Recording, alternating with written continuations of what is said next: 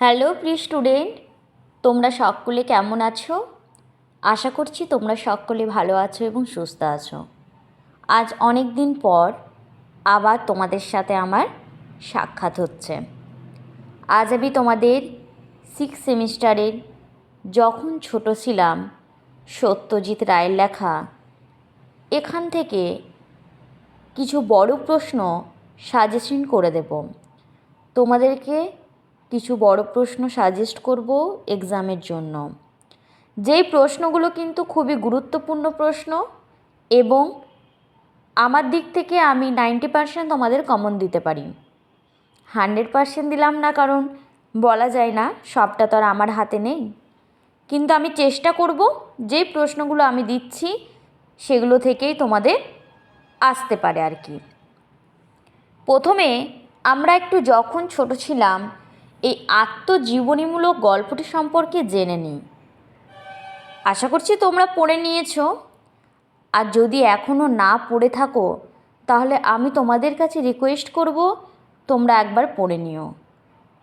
আমি কিন্তু আমার চ্যানেলে এই গল্পের পার্ট পার্ট করে সমস্ত ভিডিওই আপলোড করেছি, সেই ভিডিওগুলো একবার দেখে নিও না হলে। কারণ তোমাদের যদি এই সম্বন্ধে নলেজটাই না থাকে, কী রকম গল্প বা কী আছে এর ভেতরে, আত্মজীবনী কাকে বলে, কী রকম হয়, যদি তোমরা সেটাই না জানো তাহলে প্রশ্ন পড়ে কয়েকটা মাত্র কি হবে বলো তো? শুধু এক্সাম দিয়ে ভালো রেজাল্ট তো সকলেই করে, কিন্তু তোমাদের দরকার ভালো রেজাল্ট না, নিজে জ্ঞানকে আরও বৃদ্ধি করা। আর জ্ঞান বৃদ্ধি তখনই হবে যখন তুমি অনেক বই পড়বে, অনেক কিছু জ্ঞান বাইরে থেকে নেবে, যেমন নিউজ পেপার পড়ে বা আরও অনেক কিছু পদ্ধতি আছে। তো সে যাই হোক, আজ আমি তোমাদের যেটা পড়াবো সে টপিক হচ্ছে যখন ছোট ছিলাম। এটি হচ্ছে আমাদের সকলের প্রিয় সত্যজিৎ রায়ের আত্মজীবনী। দেখো, পড়ানোর আগে তোমাদের সাথে একটা কথা আমি ডিসকাস করিনি, সেটা হচ্ছে এই টপিক রিলেটেডই আর কি, যে আত্মজীবনী কাকে বলে আর জীবনীমূলক রচনা কাকে বলে। অর্থাৎ ইংলিশে যদি বলি বায়োগ্রাফি আর অটোবায়োগ্রাফি, দুটো টার্ম কিন্তু আলাদা। অটোবায়োগ্রাফি মানে হচ্ছে আত্মজীবনীমূলক, অর্থাৎ লেখক বা কবি নিজের সম্বন্ধে নিজে যখন লেখে, নিজে যখন নিজের ছোটোবেলা থেকে বড় হওয়ার কাহিনী লেখার মাধ্যমে প্রকাশ করে আর কি, তখন সেটা হচ্ছে অটোবায়োগ্রাফি, আত্মজীবনীমূলক।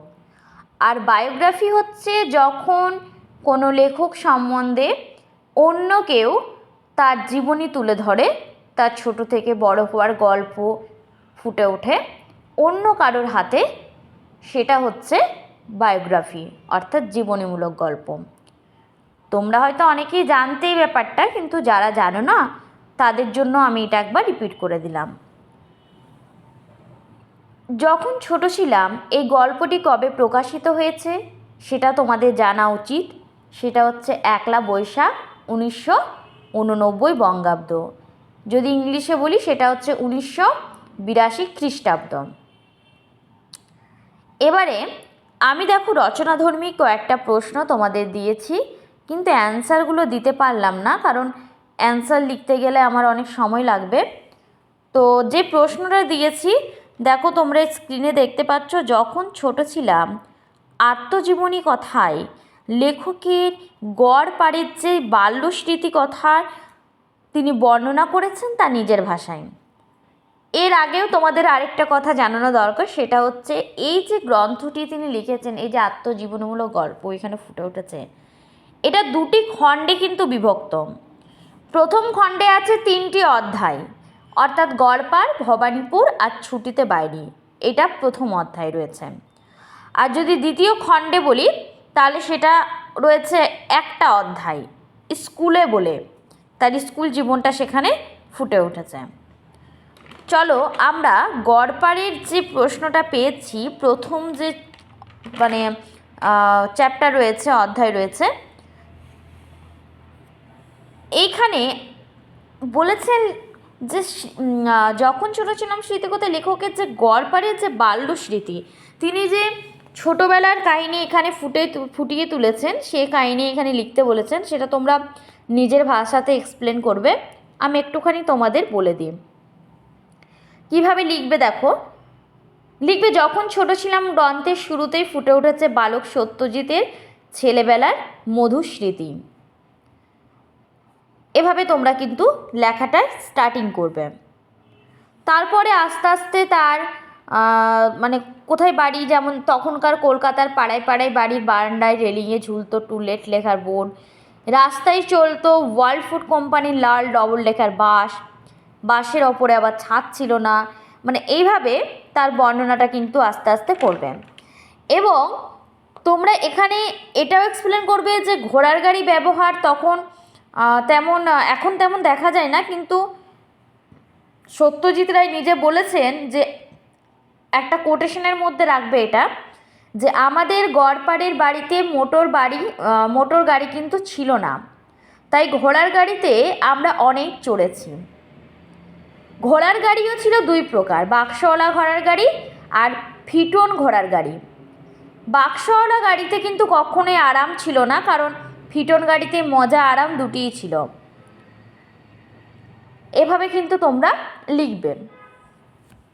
দেখো, নোটসগুলো তোমরা যদি আমার কাছে চাও তাহলে আমি দিতে পারি, কিন্তু একদিনে আমি একটাই নোটস দিতে পারবো, কারণ এতগুলো নোটস আমার পক্ষে লিখে দেওয়া সম্ভব হবে না, আমাকে তো বানাতে হবে। আর তোমাদের অনেকেই আমাকে 6 সেমিস্টারের এই প্রশ্নটা চাইছিলে, তো দেখো আমার কাছে আছে কি না আমি বলতে পারছি না, কয়েক বছর আগে দিয়েছি তো এক্সাম, তো আমার তো ঠিক মনে নেই আমার কাছে রয়েছে কি না। যদি আমি পাই, চেষ্টা করছি আমি খোঁজার, তো আমি তোমাদের সাথে নিশ্চয়ই শেয়ার করব। আর তোমরা কিন্তু আমাকে এভাবে সাপোর্ট করতে থাকো এবং কমেন্ট করতে থাকো যে তোমাদের কী বিষয়ে ভিডিও চাই। চলো আমরা আরেকটুখানি বলে দিই। দেখো, আমি এবার একটু শেষ প্যারাতে যাব। তোমরা মাঝে কিন্তু অনেক কিছু লিখবে, দৈনন্দিন সেখানকার যে জিনিসপত্র, ওষুধপত্র ইত্যাদি অনেক বদলে গেছে এখন। তখন যেমন সাদা রঙের কলিজের টুথব্রাশ ছিল, আজকালকার দিনে ব্যবহার হয় না, ওই লাইনগুলো তোমরা লিখবে। দেখো, যারা বইটা ফলো করেছো, বইটা যারা পড়েছো, ওই বইয়ের প্রতিটি লাইনেই কিন্তু তোমাদেরকে মুখস্থ করতে হবে, কিন্তু বুঝে মুখস্থ করবে যাতে পরীক্ষা পর্যন্ত মনে থাকে আর কি। আমি দেখবে আমার ভিডিওতে কিন্তু লাইন ধরেই পড়িয়েছি তোমাদের, সেখানে আমি হয়তো এক্সপ্লেন করিনি, কিন্তু লাইন বাই লাইন পড়ে গেছি। তো তোমরা সেই ভিডিওগুলো দেখবে, একবার দেখে নেবে, ওইখানে লাইন বাই লাইন ওই লাইনগুলোই তোমরা প্রথম গড়পাড়ের যেটা, সেটা সব লিখে তো আর লিখে দিলে বড় নোটস তৈরি করে দিলে হবে না, একটু মানে টানে চাই, আর একটু মানে ছোট করে জিনিসটা গুছিয়ে তোমাদের বলতে হবে। দেখো, নেক্সট যে অধ্যায় রয়েছে ভবানীপুর, এখানে ফুটে উঠেছে, মানে ভবানীপুরটা হচ্ছে অ্যাকচুয়ালি সত্যজিৎ রায়ের মামার বাড়ি। তিনি গড়পাড় ছেড়ে মামার বাড়িতে উঠেছিলেন, আর যার বাড়িতে উঠেছিলেন সেই মামাটার নাম ছিল সোনা মামা, অর্থাৎ ওনার নাম ছিল অ্যাকচুয়ালি প্রশান্ত কুমার দাস। আর তখন কিন্তু সত্যজিৎ রায়ের বয়স ছিল 6 বছর, এগুলো কিন্তু মনে রাখবে। আবার তোমাদের শর্ট প্রশ্নে এটাও আসতে পারে, কালু মামাকে, লেবু মামাকে।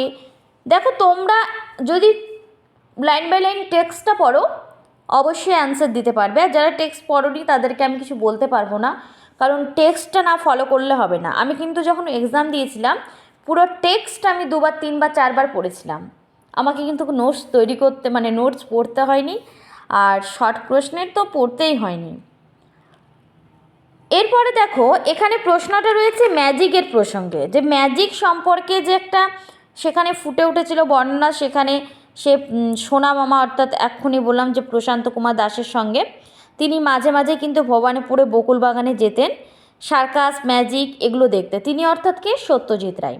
তখন তো ওনার সবে মাত্র 6 বছর বয়স, একেবারে বাচ্চা।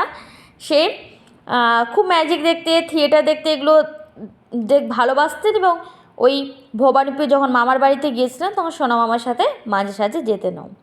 একবার তিনি ম্যাজিক দেখেছিলেন, এবং ম্যাজিক দেখে তিনি এতটাই আকৃষ্ট হয়েছিলেন যে তিনি মানে ওই বাঙালি জাদুকরের প্রতি প্রচণ্ডভাবে, মানে কি বলবো, ফ্যান হয়ে গেছিলেন বাঙালি জাদুকরের আর কি। আর সেখানে যে বাঙালি জাদুকরটির বয়স ছিল 50 থেকে 55 বছর। কিন্তু তখন তো সত্যজিৎ রায়ের তখনকার পর আর কিন্তু ওই বাঙালি ভদ্রলোকের সাথে কখনোই দেখা হয়নি। আর তখনকার দিনে কোথায় এত ফোন ছিল যে ফোন নাম্বার নিয়ে যোগাযোগ করবে বলো। যদিও পরে কিন্তু আবার একবার দেখা হয়েছিল কিন্তু ওনার সাথে। তো এখানে কিন্তু তোমরা এই কোশ্চেনটার অ্যান্সার এভাবে লাইন বাই লাইন সাজাবে যে ছোটোবেলায় বালক সত্যজিৎ সোনামামা প্রশান্ত কুমার দাসের সঙ্গে মাঝে মাঝে ভবানীপুরের বকুল বাগানে যেতেন বায়োস্কোপ, সার্কাস, ম্যাজিক ইত্যাদি দেখতে। একবার তিনি এম্পায়ার থিয়েটারে যান এক সাহেবের ম্যাজিক দেখতে, নাম সেফালো। এখানে কিন্তু এভাবেই লিখবে, ওনার নাম দেবে এবং ম্যাজিকের প্রসঙ্গে যেটুকু রয়েছে সেটুকু তোমরা পার্টটি এখানে তুলে ধরবে, তাহলে কিন্তু অ্যান্সারটা কমপ্লিট হবে। আর তোমাদেরকে আরেকটু জানিয়ে দিই যে সত্যজিৎ রায়ের ডাক নাম ছিল একটা, হ্যাঁ, সেই ডাক নাম তোমাদের 2 নম্বর বা 1 নম্বরের ক্ষেত্রে আসতেই পারে, সেটা হচ্ছে মানিক। মনে রাখবে, মানিক হচ্ছে সত্যজিৎ রায়ের ডাক নাম। দেখো আমি তো তোমাদের রচনাধর্মী প্রশ্নগুলো এক্সপ্লেন করে দিচ্ছি, বলেই দিচ্ছি, তার সাথে সাথে এখানে কিন্তু আমি 2 নম্বরের প্রশ্নগুলো বা 1 নম্বরের প্রশ্নগুলো ডিসকাস করে দিচ্ছি। তোমরা ভিডিওটা কিন্তু স্কিপ করে চলে যেও না, তাহলে কিন্তু তোমাদের প্রবলেম হয়ে যাবে। এরপরে যেটা রয়েছে সেটা হচ্ছে তোমরা ছুটিতে বাইরে থেকে এখানে বেশি প্রশ্ন হবে না। তিনি যে সফরে গিয়েছিলেন, অর্থাৎ সুন্দরবন সফর গিয়েছিলেন, দার্জিলিং সফর গিয়েছিলেন, সেই বর্ণনাগুলো তোমরা তুলে ধরবে। এখানে সুন্দরবন সফরের গল্প যখন লিখবেন তখন তোমরা কিন্তু সুন্দরবনের যে ফুটিয়ে তুলেছেন তিনি মাতলা নদী, বিশাল চওড়া নদী, এপার ওপার দেখা যায় না, বেশিরভাগ সময়টা কাটে ডেকে বসে দৃশ্য দেখে।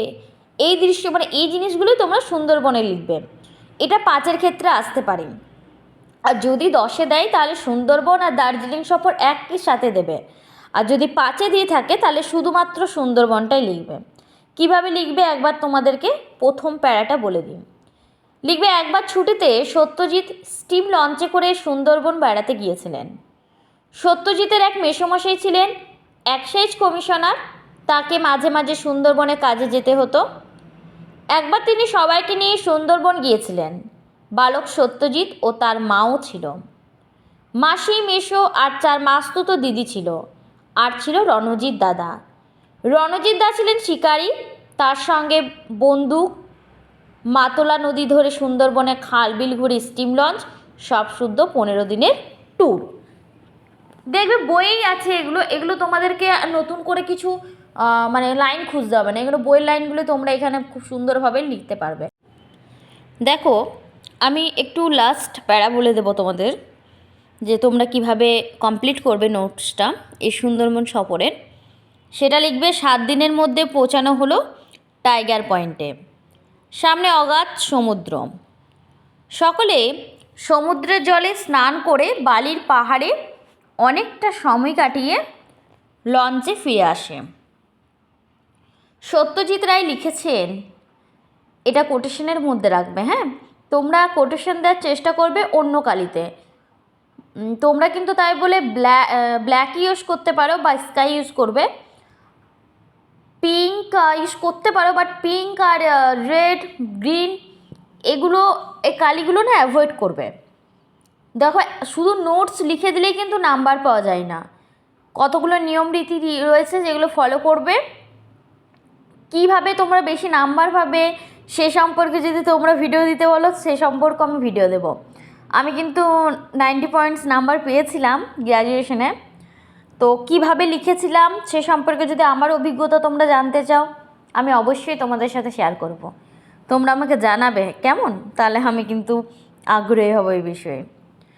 তো যাই হোক, তোমরা লিখবে এভাবে কোটেশনটা, নির্ভেজাল আনন্দের কথা বলতে 45 বছর আগে সুন্দরবন সফরের এই কটা দিনের স্মৃতি আমার মনে অনেকটা জায়গা দখল করে রয়েছে। দেখো যখন প্রতিটা লাইন আমরা লেখকের পড়ি না, যদি আমরা অন্তর থেকে পড়ি, যদি আমরা আমাদের সাথে রিলেটেড করতে পারি ওনাদের লাইনগুলো, দেখবে চোখ থেকে জল গড়িয়ে পড়বে এবং মনে হবে আমাদেরই তো এটা বাস্তব জীবন, আমাদেরই তো জীবনে এটা এইরকম ঘটেছে আর কি। তিনি তখন কত ছোট বয়সে ঘুরতে গিয়েছিলেন, কিন্তু ওনার যে 45 বছর পেরিয়ে যাওয়ার পরেও তিনি ওই জিনিসটা ভুলতে পারেননি, তার মনে অনেকটা জায়গা করে রয়েছে সেই বিষয়টি আর কি। এরপর দেখো দার্জিলিং সফর রয়েছে। দার্জিলিং সফরের যখন যান সত্যজিৎ রায়, তখন কিন্তু ওনার বয়স ছিল 7 বছর। তিনি প্রথম কিন্তু দার্জিলিং বেড়াতে গিয়েছিলেন, এর আগে কিন্তু কখনোই যাননি। ওনার যেহেতু বাবা মারা গিয়েছিল, তো তাই সুকুমার রায় ওনার বাবা, তো তারপরে কিন্তু মামাবাড়ি চলে যায়। মামাবাড়ি থেকে তিনি অনেক জায়গায় ঘুরেছেন, মাসির বাড়ি, পিসির বাড়ি, এভাবে। তো তারপরে দার্জিলিং গিয়েছিলেন। তো দার্জিলিংয়ে উনি বলেছেন যে তার পরিষ্কার মনে আছে, ট্রেনে যাবার পথে জানালা দিয়ে বাইরে হিমালয় দেখে তার মুখের কথা বন্ধ হয়ে গিয়েছিল। শিলিগুড়িতে মায়ামাসি মোটর গাড়ি পাঠিয়ে দিয়েছিলেন, ড্রাইভার ছিল এক বাঙালি ভদ্রলোক। অর্থাৎ কথা গিয়েছিলেন, আমরা লাইনটা পড়েই বুঝতে পারলাম যে তিনি মায়ামাসি বলে তার এই কোনো মাসির বাড়ি গিয়েছিলেন। আঁকাবাঁকা পাহাড়ি পথ, যতই ওপরে উঠছি ততই মেঘ আর কুয়াশা, আর ড্রাইভার ততই জোরে গাড়ি চালাচ্ছে। বলল কোনো ভয় নেই, রাস্তার প্রতিটি মোড় তার নখদর্পণে। ওই যে লাইনগুলো বইয়ের আমি পড়ছি, এই লাইনগুলোই তোমরা নোটসে লিখবে দার্জিলিং সফরে। আর দার্জিলিং সফরে ক্ষেত্রে মায়ামাসির বাড়ি গিয়েছিলেন, তো মায়ামাসির সম্পর্কে একটু জেনে নেবে তোমরা। ওনার স্বামী অজিত দাস সেখানকার নামকরা ডাক্তার ছিলেন। আর সত্যজিৎ রায়ের মাস্তুতো যে ভাই ছিলেন দিলীপ দা, সেখানকার নামকরা কিন্তু জকি। জকি মানে কি বলো তো, ঘোড়া ছোটায় যারা খুব মানে এক্সপার্ট, তো তাদেরকে জকি বলা হয়। এখান থেকে কিন্তু আরেকটা প্রশ্ন আমি দিয়েছি তোমাদের, যে যখন ছোট ছিলাম গ্রন্থে লেখক তার মা সম্পর্কে যেটুকু তথ্য পরিবেশন করেছে তা নিজের ভাষাতেই তোমরা প্রকাশ করবে। একটু মা সম্পর্কেও জানবে। মা সম্পর্কে তোমাদের একটু বলে দিই। সত্যজিৎ রায়ের বাবার নাম তো বললাম সুকুমার রায়, তো ওনার মায়ের নাম ছিল সুপ্রভা রায়। সত্যজিতের বয়স যখন 2.5 বছর, তখনই তার বাবা সুকুমার রায় এক কঠিন রোগে কিন্তু মারা যান। তারপর থেকে কিন্তু সত্যজিৎ মায়ের কাছেই বড় হয়েছেন। সত্যজিতের জন্ম 100 নম্বর গড়পাড় রোডের বাড়িতে। সেখানে সত্যজিৎ মায়ের সঙ্গে 5 বছর বয়স পর্যন্ত ছিলেন। তারপর কিন্তু এই বাড়ির দোতলার দক্ষিণের একটি ঘরে তার মা তিনি থাকতেন, কিন্তু তারপরে আমি বললাম যে ভবানীপুরে চলে যায় তার মামার বাড়িতে।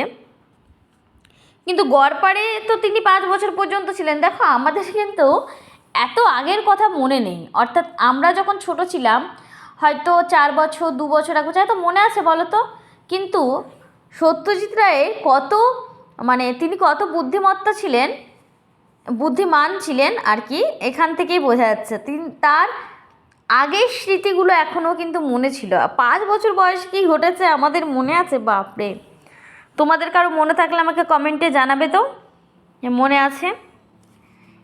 তো এভাবেই কিন্তু তোমরা ওনার মায়ের সম্পর্কে লিখবে, যে ওনার মায়ের সাথে তিনি ঘুরতে যেতেন, প্রথমে শান্তিনিকেতন গিয়েছিলেন, আবার রবীন্দ্রনাথ ঠাকুরের সাথেও কিন্তু তিনি দেখা করেছিলেন। যারা গল্পটি পড়েছো তারা দেখবে মনে হবে প্রতিটা প্রশ্নই তাদের নখদর্পণে। ওই যেমন গাড়ির ড্রাইভার বলেছিল যে প্রতিটা রাস্তা ওনার নখদর্পণে, সেরকম তোমাদেরও মনে হবে। আর স্কুলে পাঠ থেকে দেখো আমি কয়েকটা প্রশ্নই দিয়েছি। ছোটোবেলায় সত্যজিৎ যে স্কুলে পড়তেন সেই স্কুলটির বর্ণনা। দেখো বর্ণনা বলতে তোমরা স্কুল সম্পর্কে যেটুকু আছে নোটস তোমরা নিজেরা তৈরি করে নেবে। যে সত্যজিতের বয়স যখন 8.5 বছর, তখন তিনি বালিগঞ্জ গভর্নমেন্ট হাই স্কুলে ভর্তি হন। আর ভর্তি করান কিন্তু লেবু মামা। লেবু মামার আবার নাম আছে হীরেন্দ্রনাথ দাশগুপ্ত। ভর্তি হন ক্লাস 6-এ। স্কুলটা ছিল ল্যান্সডাউন রোড পেরিয়ে বেলতলা রোড পুলিশ থানার পূব গায়ে। এভাবে স্কুলের বর্ণনাটা তোমরা লিখবে। আর স্কুলটা যে টি আকৃতির মতো দেখাতো সেটাও তোমরা এখানে ফুটিয়ে ওঠাবে আর কি। এরপরে দেখো আমি লিখেছি আঙ্কেল টমস কেবিন। ছবি দেখতে গিয়ে কোন মজার ঘটনা ঘটেছিল। একটা কিন্তু দারুণ মজার ঘটনা এখানে ঘটেছিল। কি ঘটেছিল এটা কিন্তু আমি বলবো না, কারণ তোমাদের যদি চাই এটা তো অবশ্যই কমেন্ট করবে আমাকে, আমি তাহলে তোমাদের একটা নতুন করে ভিডিও বানিয়ে দেব। আর এই কোশ্চেনটা কিন্তু 2022 সালে এসেছিল, তাই আমি দেখো সাইডে লিখে দিয়েছি 2022। আর ওই অমল ধবল পালে লেগেছে মন্দ মধুর হাওয়া, এই কোশ্চেনটাও কিন্তু তোমাদের 2022-এ এসেছিলো, তাই আমি এটাও 2022 সাইডে লিখে দিয়েছি। এটা একটা গান, মানে সত্যজিতের স্কুল জীবনে এই গানটার যে ভূমিকা কী ছিল বা কেন গানটা ভালো লাগতো বা গানটা কেন তিনি বর্ণনা তুলে ধরলেন, সমস্তটা এখানে কিন্তু একটু বর্ণনা করে দেবে। এগুলো কিন্তু 5-এ আসবে, এগুলো 10-এ আসবে না। আর আঙ্কেল টমস কেবিনটাও 5-এ আসবে। আর তোমাদের এখানে আমি আরও একটা প্রশ্ন দিয়েছি, যেটা লাস্ট প্রশ্ন এখানকার, সেটা হচ্ছে যখন ছোট ছিলাম গ্রন্থে সন্দেশ পত্রিকার যেটুকু তথ্য পাওয়া গেছে সে সম্পর্কে। দেখো একটুখানি বলে দিই, তখন ছোটদের জন্য 2টি পত্রিকা প্রকাশিত হতো। এটা কিন্তু ওনারই কথা, উনিই লিখেছিলেন, সেখান থেকেই পড়ছি আমি। একটা সন্দেশ আর একটা রামধনু, যার সম্পাদক ছিলেন মনোরঞ্জন ভট্টাচার্য। কিন্তু সন্দেশ পত্রিকার জনপ্রিয়তা ছিল বেশি। গড়পাড়ের ইউ রাই অ্যান্ড সন্স ছাপাখানা থেকেই সন্দেশ পত্রিকা প্রকাশিত হতো। ধনদাদু কুলদারঞ্জন রায় ছিলেন এই পত্রিকার এক অন্যতম লেখক ও প্রকাশক। এই যে ধনদাদু বললাম, ধনদাদু, এই যে কুলদারঞ্জন রায় ওনার নাম ছিল, এটা কিন্তু 5 নম্বরে আসতে পারে ওনার চরিত্র সম্পর্কে। তো আমি এটা এখানে লিখিনি, তোমাদের বলে দিলাম, তোমরা খাতায় অবশ্যই 5 নম্বরের 5 নম্বর অনুযায়ী একটা নোটস বানিয়ে দেবে। ধনদাদু কেমন ছিল, কেমন সত্যজিৎ রায়ের সাথে কীভাবে তিনি ঘুরতে যেতেন, দেখা সাক্ষাৎ কীভাবে হতো, এই সকল নিয়ে দেখবে ওনার নিয়ে অনেক কিছু রয়েছে বইয়ের মধ্যে। তোমরা সেগুলো কিন্তু নিজের মতো করে নোটস বানিয়ে নেবে। যে পত্রিকার কথা তোমাদের এতক্ষণ বলছি, সন্দেশ পত্রিকা, এই পত্রিকায় বিভিন্ন গল্প ছোটদের জন্য বিভিন্ন ছাপানো হতো। আর এই কুলদারঞ্জন রায়ের নামটা এই জন্য এলো কারণ তিনি ছোটদের জন্য ইলিয়াড, ওডিসি, পুরাতন গল্পে বিভিন্ন গল্প ছাপতেন। তিনি অন্যতম লেখক ও প্রকাশকও ছিলেন। কিন্তু হঠাৎ জানো তো একদিন এই সন্দেশ পত্রিকা কিন্তু বন্ধ হয়ে যায়। তখন 1925 সাল। ইউ রাই অ্যান্ড সন্সের যে ব্যবসা ছিল, সত্যজিৎদের নিজস্ব ব্যবসা, সেটা কিন্তু বন্ধ হয়ে গিয়েছিল। কেন হয়েছিল তখন এত ছোট বয়সে তিনি বুঝতে পারেননি। তো যাই হোক, পরে যদিও এটা আবার তার মেজ কাকা সুবিনয় রায় আরও নতুন করে সন্দেশ পত্রিকা প্রকাশের দায়িত্ব নিয়েছিলেন। আবার নতুন করে তিনি এই যে ডাউন নেমে গিয়েছিল, যে বন্ধ হয়ে গিয়েছিল, সেখান থেকে আবার ওপরে উঠিয়েছিলেন। তো সে সম্পর্কে একটু তোমরা এই সন্দেশ পত্রিকার তথ্যতে দেবে। যদি আজকের প্রশ্নগুলো ভালো লাগে আর তোমাদের যদি এরকম ভিডিও চাই, অবশ্যই কমেন্ট করে লেখাবে আর ভিডিওটাতে লিখবে। আর তোমরা ভিডিওটাতে অবশ্যই কিন্তু আমাকে লাইক দিয়ে দেবে আর চ্যানেলটিকে সাবস্ক্রাইব করে দেবে। দেখো তোমরা যদি আমার পাশে না থাকো তাহলে আমি কিন্তু ভিডিও দিতে আগ্রহী হয়ে থাকি না, আর আমার কি বলবো, ভালোও লাগে না। আমি বুঝতে পারি না কি ভিডিও তোমাদের সঙ্গে শেয়ার করব। তোমরা অবশ্যই কমেন্ট করে আমাকে জানাবে তোমাদের চাহিদা কী। আর কিছু যদি প্রশ্নে ডাউট থাকে সাহিত্য সম্পর্কে তো অবশ্যই তোমরা জানাবে। 6 সেমিস্টারে যদি আরও অন্যান্য বিভিন্ন গল্প রয়েছে সেই গল্পগুলো সম্পর্কে, যদি আরও অন্যান্য জীবনী সম্পর্কে, শ্রীকান্ত রয়েছে, শ্রীকান্ত সম্পর্কে জানার থাকলে অবশ্যই কমেন্ট করে জানাবে। আমি কিন্তু যথাসম্ভব তোমাদের চেষ্টা করব।